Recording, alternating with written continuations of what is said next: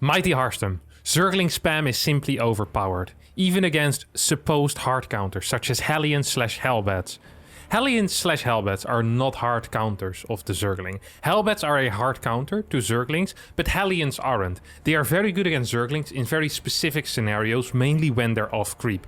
But I don't think you'd consider the Hellion a hard counter to the Zergling. Actually, Zergs build Zerglings in order to stop Hellion run-bys, in combination with Queens. It's not a straight-up Hellion's hard counter Zergling. So the first sentence of your imbalanced complaint form is already correct. But let's move on. TVZ has always been my weakest matchup, and to shake things up, I adopted a version of Uthermal's unstoppable Penguin Brothers timing attack. Penguin Brothers are Vikings from a reactor. My first Hellions are slightly delayed, and I sacrificed them for what turned out to be minimal damage. However, he gives me a favor and trades poorly into my defenses. I continue with my attack plans, clearing the skies of Overlords, to prepare for my strike on the Zerg's third. Unfortunately, some timely banelings thwart my attack from delivering a decisive blow. This is when the madness begins. Zerglings swarm from all corners of the map in a sacrificial frenzy. The Zerg throws wave after wave into my Hellbats and Vikings, transforming the battlefield into a proverbial Zerg roast. No, this is not a proverbial Zerg roast, this is a real Zerg roast. If Zerglings run into Hellbats, they actually get roasted. This is like if you have a bucket with straws and you're grasping at them. You're not proverbially grasping at straws, you're actually grasping at straws. You could have just said it turned the battlefield into a Zerg roast, and that would have been completely fine. That's what a roast is, not proverbial. The sheer number overwhelmed my forces, as I cannot reach a critical mass against the Zergling floods.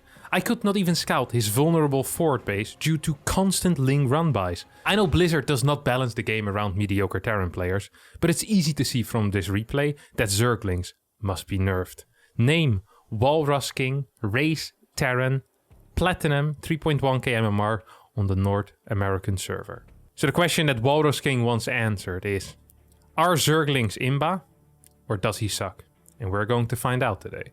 Alright, here we are, the Walrus King on the bottom right of Berlingrad, and Itaki in the top left as our red Zerg player. Very interesting stuff, the Walrus King. So, says that his weakest matchup is the Terran versus Zerg matchup, and as a result wants to try something that Uthermal has been trying, which is the Penguin Brothers. It's a build that has a lot of Vikings and a bunch of Hellions as well. You can use the Vikings to snipe Overlords, but you can also land them and kind of in combination with a Hellbat push, try to do as much damage as is possible. We're gonna have a quick look at the opener here of the Walrus King, of the scouting, see how efficient everything is, see if he's actually following a build order. Now, this is a slight error that we're seeing here. You don't actually have to send out this SCV that fast. You can literally just send the SCV that comes out of the barracks, and that is the most common thing to do as well. The SCV that comes out of the barracks can start moving across the map, and the SCV that comes out of the command center just barely after the barracks finishes can just be rallied towards the natural. That way you have a very smooth way to A, build your command center, and B, to scout across the map. You don't have to pull a worker away, and it saves you a little bit of money. The opener is going to be with a Marine straight away, followed up by a factory. This is a very popular build order right now in the Terran versus Protoss matchup, as well as in the Terran versus Zerg matchup. What this does is that you delay your reactor for a faster factory, and you can still get the reactor at this point. At this point. Right at this point. Right now. You can get the reactor in 3, 2, 1 at this point. Second gas also probably should be taken a little bit faster. Okay, the entire point of this build order is that you can start very fast Hellions on a reactor. That literally is just what this build is about. If you start the reactor the same time the factory finishes, or if you start a reactor on the factory as it finishes, it means you're delaying the Hellion production by 36 seconds. So you're going to have later Hellions than you would have with a standard Reaper opener. In that case, if you're not going to be following any build orders whatsoever, then yeah, I mean, I can't really criticize anything. I like the start here, but what you're doing right now is not a build, and I don't see the purpose of anything you've done so far in the first 3 minutes and 14 seconds of this game. Follow this up with a Hellion. The sick thing is as well, is that you could have probably just built a starport right next to it. If you're planning on building the Penguin Brothers, you want your starport to go to a reactor as quickly as you can. So you can start pumping out Vikings at very high speed. And then you get a lot of Hellions, you get a lot of Vikings, and these units, they fight quite well. That's the entire point. But your starport will need to fly another 15 seconds for whatever reason. It's way quicker to just walk the SCV over here and build a starport right next to it. It's not like you know, like there's any purpose for the starport being here. At least I don't quite see it. I have also no clue what you're focusing on, honestly. Like, this entire early game is just a little bit, I don't want to say disappointing, because I think that's too weak of a word. Disappointing is like when you go to your favorite ice cream shop and they closed 15 minutes early. You can't get an ice cream. Or say, disappointing. You leave a Google review. I'm disappointed they closed early. This is, I'm not sure what a bigger word is for disappointment. Like insanely sad, like awful, atrocious, appalling. Like what you did here in the early game is just garbage. Your entire early game is extremely inefficient. You have less Hellions than you would have with a Reaper. You have no scouting because you skipped the Reaper. Like, you get all the disadvantages of the build order, like the lack of scouting, having to take a slightly faster second gas, and thus having lower eco. But then you take none of the advantages, which is the faster Hellions, the fact that you can get a quicker starport as well, and thus get quicker starport units out. Like, how is it possible that your first 2 Vikings are going to pop out at 445? I really do not quite understand how this is possible. I'm pretty sure you can get this almost an entire minute earlier, or maybe like 40 seconds earlier, at least, if you play this build properly. It is just a very, very confusing start. So now you move across the map. You would have lost against absolutely everything. A Roach all-in. Honestly, he could have built a hatchery over here and started moving forward with Spine Crawlers. You probably would have lost. The first time you move out on the maps with the 6 Hellions, you are actually dealing some damage, which makes me sad in a way that this almost works out.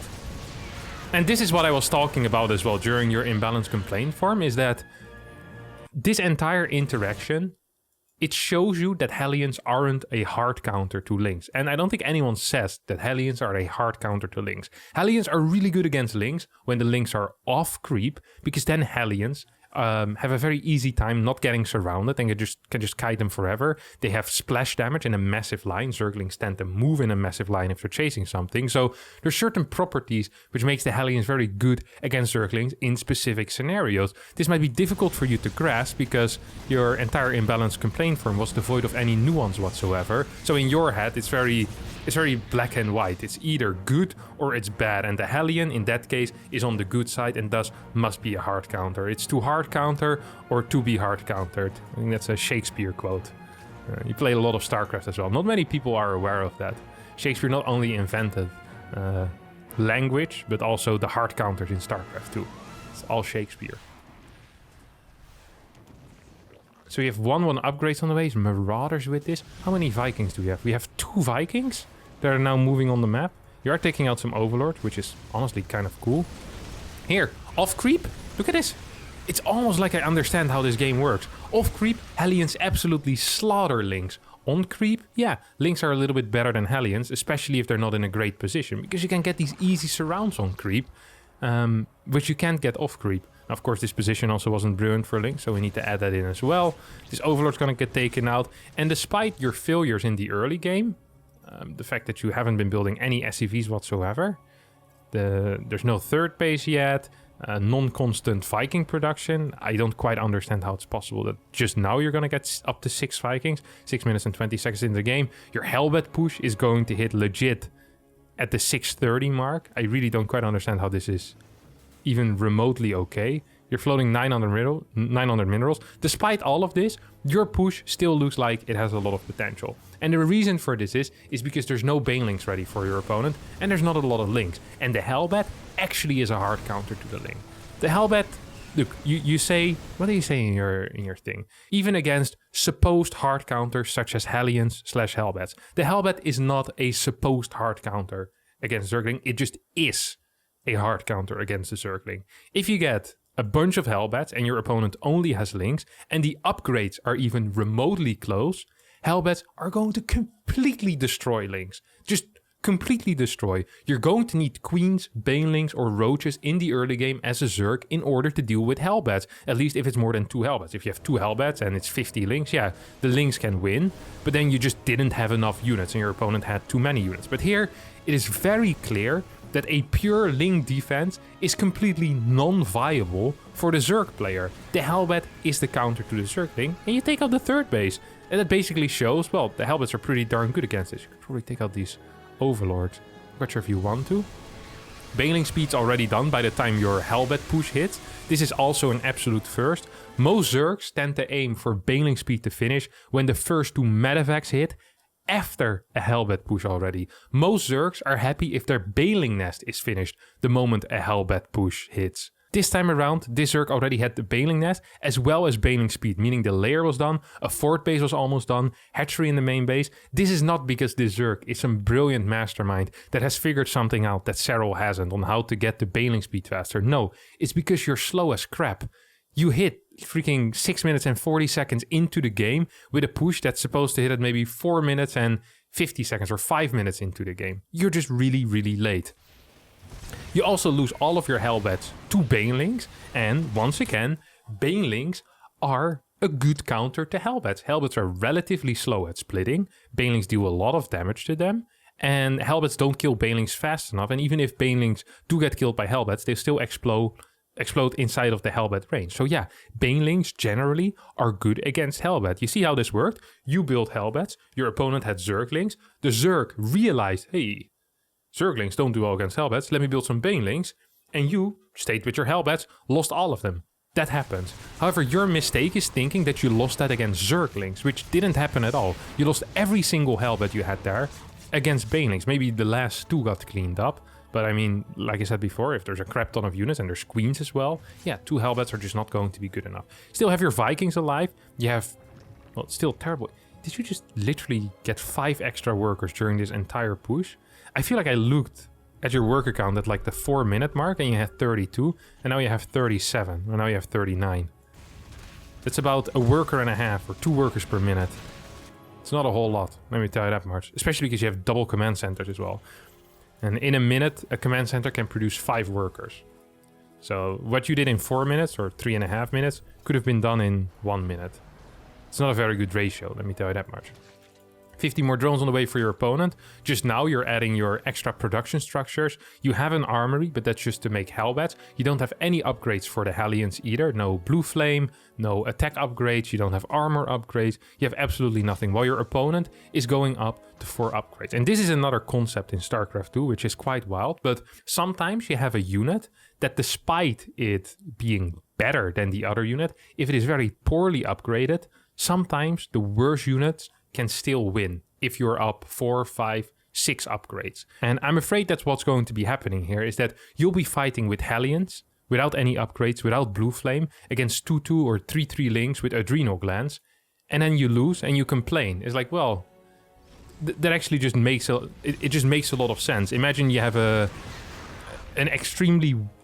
Now imagine we have 2 weapons here. 1, we have a knife, and 2, we have a sniper rifle. You could see that the sniper rifle is a way superior weapon, especially over long distances. However, the person carrying the knife is a Navy SEAL with 35 years of combat experience, while he's only 40 years old, so still in tip-top shape as well. The person with the sniper is a 2-month-old baby. Now, in this case, despite the sniper being a better weapon, it is very possible that the baby is going to lose the fight against the Navy SEAL because the hands don't have enough strength to pull the trigger. It's the same with Hellions versus Hellbats. Yes, the Hellions and the Hellbats technically are a lot better, but you do need sufficient upgrades. You need enough strength to pull the trigger, or once you pull the trigger, some damage needs to come out in this case. And if you don't get any upgrades, that often isn't the case. So let's continue here. The third base is being built on position 8 minutes into the game. That's about 5 minutes after an acceptable third base timing. Nice splits, by the way, on the Hellbats. You love to see it. Very solid stuff. Do manage to hold. But I don't think you've actually microed any of your units so far yet. Not a single one. Okay, third base finishes. You build the fourth immediately as well. Okay, and this is when the waves of Zerglings start coming in for the proverbial roast. I'm really looking forward to this proverbial roast. Okay, 2-2. About to finish up. Baneling's moving towards the natural. This actually, if he's actually going to lose all of these links, that would suck a little bit. These links are trading somewhat okay. Helmet numbers are pretty low number. You have like legit 1 helmet now in the back, 2 in the front before. Banelings are moving in. Maybe this just was a distraction, actually. It also wasn't that many links. It was like 15 links. Like, if this is all it is, it's really not that bad for the Zerg, is it? I mean, Zerg is continuing to do things as well behind this. We have a Hive on the way. 2-2's about to finish up. Another run by. I mean, he didn't really sacrifice wave after wave. He sacrificed 15 links and then killed 15 workers in the natural or so. He's even targeting individual SCVs with these links. This is a high-level move at Platinum, honestly.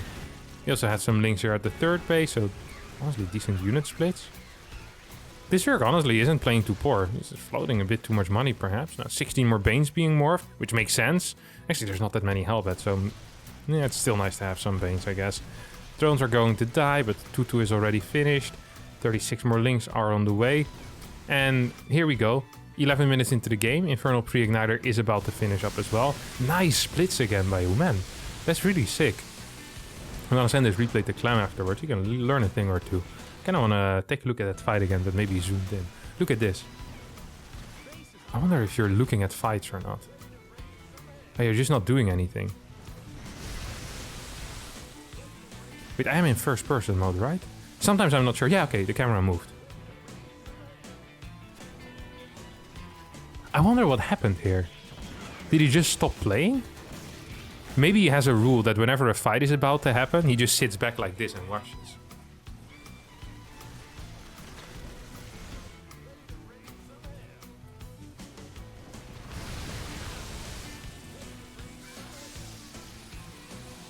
That looks like a win for me. Still have 2 Vikings available. The SCV in here as well. The fact that this bad boy survives makes him pretty badass in my opinion. That is sick. Yeah, this was honestly a terrible fight. Just even a little bit of a pre-split there would have helped massively.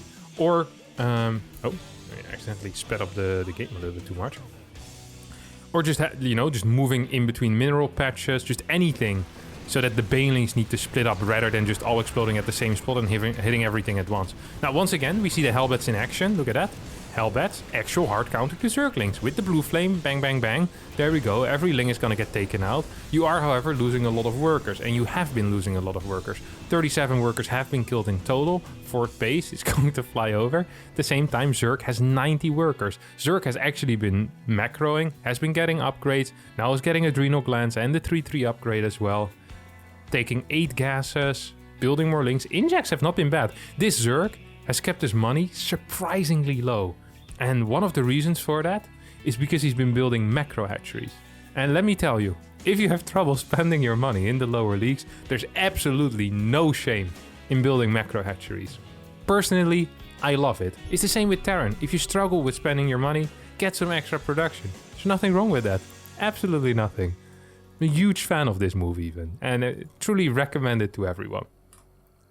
Okay, what I'm not a fan of is... ooh, there's a lot of Hellbats actually. Kind of do like that. I wouldn't mind some of these being Hellions just for a little bit of harass. I think generally harassing, if you have units that are meant for harass, it's quite useful. We have Thor production. Now the Thor is one of these units that's really good against certain types of units like Brute Lord, Mutalisk, Corruptor, basically anything that flies.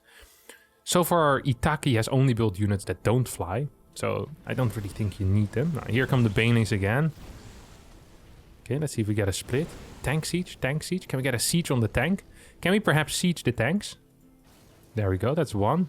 That's the second one, put it right next to it. Make sure that your natural is open. I really do like that thought. No sensor tower either. The free map hack's not being used. Oh. I bet that Walrus King looks at this types of fights. You know, it's like, oh, freaking 80 links taking out 2 of my Hellbats. Also that Hellion not actually killing anything. That's ridiculous. I thought this was supposed to be a proverbial hard counter. Unbelievable.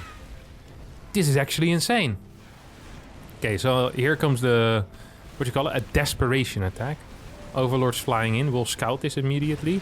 3-3 is about to finish up. Adrenal has already finished up. The control of the Zerg is actually quite good. There's a little bit of money in the bank right now, but I'm not too surprised by that. I mean, he's mining 3,600 minerals and about 1k gas a minute. A lot of links are being sent back. 37 Banes being constructed as well. Hellbats moving forward. Okay, and here come the links once again. Look how well the links do against these Hellbats. Man, they're completely destroying them. Look at these exploding links as well. Wow. Man, and this was the supposed proverbial hard counter. I actually cannot believe it. This did look very ridiculous in my mind. Holy crap. What a crazy fight. Who could have seen that coming? We have a Zerg that has 3-3 upgrades. Look at this. 3-3 upgrades and Adrenal Glands, a final game upgrade, a Hive upgrade, one of the sickest upgrades in the game. And the Terran had, what was it? +1 vehicle weapons as well as Infernal Pre-Igniter. Now let's say that Infernal Pre-Igniter and Adrenal Glands are the same. That means that the Zerg was up 5 upgrades. Man, Hellbats are not a hard counter at all to this. This is ridiculous. I'm kind of feeling what the Walrus King is saying. Alright, I want to share a little story. When I was 7, I really liked to climb into trees. So we had this little forest close by my house. And we'd go there for tree climbing. And there was this one tree, it's pretty big. I started climbing it like a little boy I was, reaching to the sticks coming out the branches. And I'm like 5-6 meters high. And one of the branches I grab just isn't strong enough. And I fall down and I hit a couple of sticks on the way down. You know, one of these fall on the roots and it hurts. And there's some plants that sting me as well. So I'm not having a good time. You know, I'm all bruised up. My leg hurt. We go to the hospital. Get one of those scans to see if I have any fractures whatsoever. But scan comes out clean, don't have anything fractured, no broken bones, nothing. I'm good to go home and, you know, just kind of live my life. And it was a good experience as a kid. I was pretty happy with that. Now, that story about me as a 7-year-old seems more relevant to this game than your Iotis form. Because nothing in your Iotis form actually was based on any reality whatsoever. While my story at least happened. So the Hellions and Hellbats being hard counters. Yes, Hellbats are hard counters to links, and they were hard counters to links as well in this game. Every single time we saw pure Hellbats in decent numbers fight against links, they absolutely destroyed links. But the moment your opponent brings in Banelings, and then the only thing you see at the end of the fight is like 10 links staying alive, for some reason in your head it goes, oh, the links probably beat my push, despite you looking at every battle without microing. I'm not even quite sure how it is possible that you look at a fight without doing anything, like you're literally just watching things happen. I bet you'd be one hell of a driver to go with. You know, just sit there in the car, things start going wrong, just hold the steering wheel like this and you watch the things unfold. You're really living in the moment in a way. Now that people try to get that type of state of mind, some meditate for years, but you seem to naturally be capable of not doing anything when things are going on around you. So I guess that is a compliment in a way, but not a very useful skill in StarCraft 2. Your early game build order was hot garbage. You didn't micro once, no splits, no nothing whatsoever. You sacrificed your first 6 Hellions for a little bit of damage. The micro there wasn't very good either. Your unit comp sucked. You didn't get any upgrades. You lost the Banelings, not the Zerglings. Like, I'm actually not quite sure what to say. I really enjoy doing this series, but sometimes I feel like you don't actually watch back the replay and just send it to me. And it's like, oh, let's see what Harstem has to say about it. Like, these are all mistakes that a 4-year-old with an IQ of 9 could have figured out. And yet you had to send it to me, write a text that seems to be completely unrelated to the contents of the game, and then have me criticize and give feedback. So yeah, it's like Zerglings aren't in balance, my friend. You just suck. And that's the hard truth. All right, that's going to be it for today of this episode of Is It Imba or Do I Suck? If you did enjoy this episode, don't forget to hit the like button, subscribe to the channel. I hope that we're getting close to 100,000 subscribers. I look forward to the 100,000 subscriber special, which I already have completely planned out. So it can't come quick enough. Thanks all for watching, and I'll see all of you soon. Bye-bye.